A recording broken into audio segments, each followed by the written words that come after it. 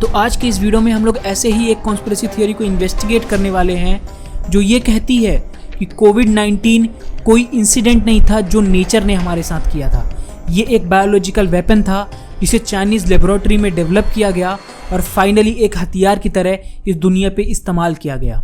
तो आज के इस वीडियो में हम लोग इसी कॉन्स्पिरेसी थियरी को डिटेल में इन्वेस्टिगेट करने वाले हैं। Was the Wuhan virus a bioweapon? Did China start developing this virus in 2016? Now, the possibility that the COVID-19 virus leaked from a laboratory should not be ruled out. That's according to a former top Chinese government scientist who's been speaking to the BBC. George Gao was director of the Chinese Centre for Disease Control for much of the pandemic and has told a new BBC podcast that the question of the virus's origin remains open. A Wuhan researcher that she interviewed claiming that the virus was indeed developed as a bioweapon. It's really startling. That killed 7 million people around the world and left you and me scarred for life. लेकिन उससे पहले आपको कोविड-19 की history जानना बहुत ज़्यादा ज़रूरी है कि किस तरीके से कोरोना वायरस का जन्म हुआ हमारी इस दुनिया में और किस तरीके से कोरोना वायरस ने अपने पर फैलाए और इस दुनिया को अपने पर में समेट लिया। इस कहानी की शुरुआत होती है 1 दिसंबर 2019 में चाइना की यूहान सिटी में, जब वहाँ के लोगों के अंदर अचानक से निमोनिया के सिम्टम्स दिखने लगे, जैसे कि कोल्ड, फीवर, ब्रीदिंग में प्रॉब्लम। वहाँ के डॉक्टर्स को लगा कि ये एक नॉर्मल निमोनिया के सिम्टम्स हैं और कुछ भी नहीं। उस टाइम डॉक्टर्स को बिल्कुल भी खबर नहीं थी कि ये कोई नॉर्मल निमोनिया का वायरस नहीं, बल्कि ये एक वो वायरस है जो कि अपने साथ जाते जाते करोड़ों लोगों की ज़िंदगी भी ले जाएगा। फाइनली कहानी बढ़ती है 12 दिन आगे 12 दिसंबर 2019 में, जब एक large group of people Wuhan city के हॉस्पिटल यूबाई प्रोविंशियल हॉस्पिटल में एक साथ एडमिट होते हैं। ये सारे पेशेंट्स वही सारे सिम्टम्स शो कर रहे थे जो कि पहले के पेशेंट्स कर रहे थे। लेकिन ये डॉक्टर्स के लिए कोई बहुत बड़ी बात नहीं थी, क्योंकि यूहान सिटी कोई छोटी मोटी सिटी नहीं है, बल्कि ये one of the most populated city है पूरे चाइना की। लगभग 11 मिलियन लोग एक साथ इस सिटी में रहते हैं।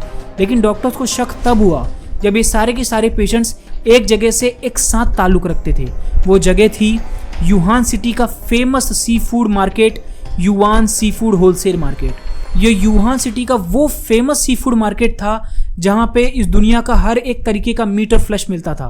फाइनली 27 दिसंबर 2019 को जब ये सारे डॉक्टर्स की दवा इन पेशेंट्स पे काम नहीं कर रही थी, तब इन्होंने चाइनीज़ अथॉरिटीज़ को कांटेक्ट किया और उन्हें पूरी कहानी बताई कि किस तरीके से उनके पास ऐसे नंबर ऑफ पेशेंट्स हैं जो कि निमोनिया के सिम्टम शो कर रहे हैं, लेकिन उनके ऊपर कोई भी दवा का असर नहीं हो रहा है। इन डॉक्टर्स ने ये भी बताया कि उन्हें लगता है कि ये सारे के सारे पेशेंट्स सार्स वायरस से इन्फेक्टेड हैं। अब ये सार्स वायरस क्या है? ये सार्स वायरस वो वायरस है जो कि 2003 में इस पूरी दुनिया पर फैला था और जिसने लाखों लोगों की जान ले ली थी। ये सार्स वायरस कोरोना वायरस के ही फैमिली का एक वायरस है जो कि कोविड-19 का प्राइमरी वायरस है। बेसिकली आप ये समझ सकते हैं कि ये कोविड-19 के वायरस का छोटा भाई है जो कि 2003 में आया था। फाइनली चाइनीज अथॉरिटीज अपनी इन्वेस्टिगेशन लॉन्च की और पता करने की कोशिश की कि ये वायरस का ओरिजिन क्या है और कौन है वो पहला इंसान जो कि इस वायरस से इन्फेक्टेड हुआ था। वैसे तो इस इंसान का पता आज तक कोई भी इन्वेस्टिगेशन में नहीं चल पाया है, लेकिन अपने इस इन्वेस्टिगेशन के दौरान उन्होंने एक ऐसी लेडी को ढूंढ निकाला था जिनका नाम था व्यू जिंगजन, जिनकी उम्र लगभग 57 ईयर्स थी और वो भी उसी सी फूड मार्केट में एक दुकानदार का काम किया करती थी। उनकी खुद की दुकान थी जहाँ पे वो मीट और फ्लैश को बेचा करती थी।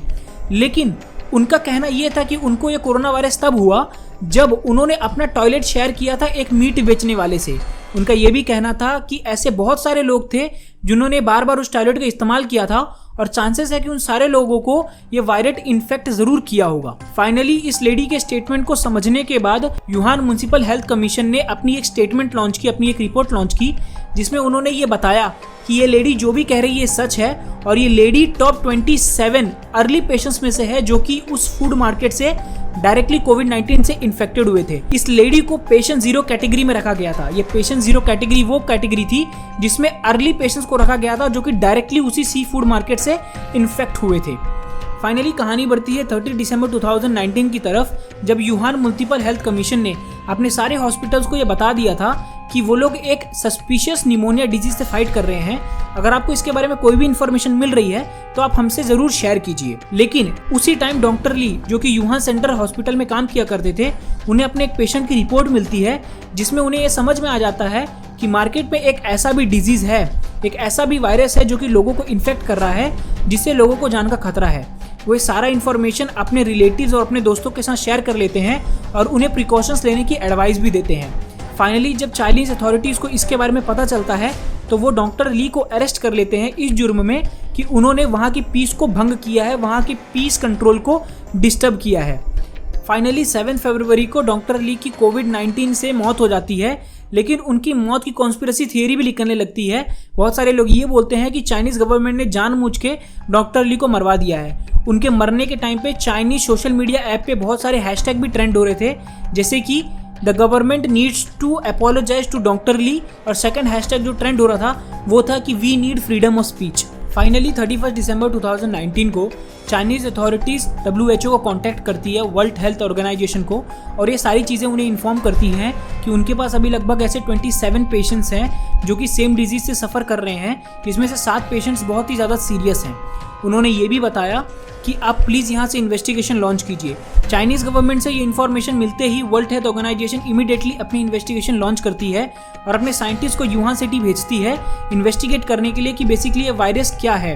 ये सारी इन्वेस्टिगेशन में कुछ चीज़ें क्लियर होती हैं कि जितने भी लोग इस वायरस से उस टाइम इन्फेक्टेड थे वो ज़्यादातर लोग वो थे जो कि सेम सी फूड मार्केट से कॉन्टैक्ट रखते थे, और ज़्यादातर लोग उसमें से तो खुद दुकानदार थे।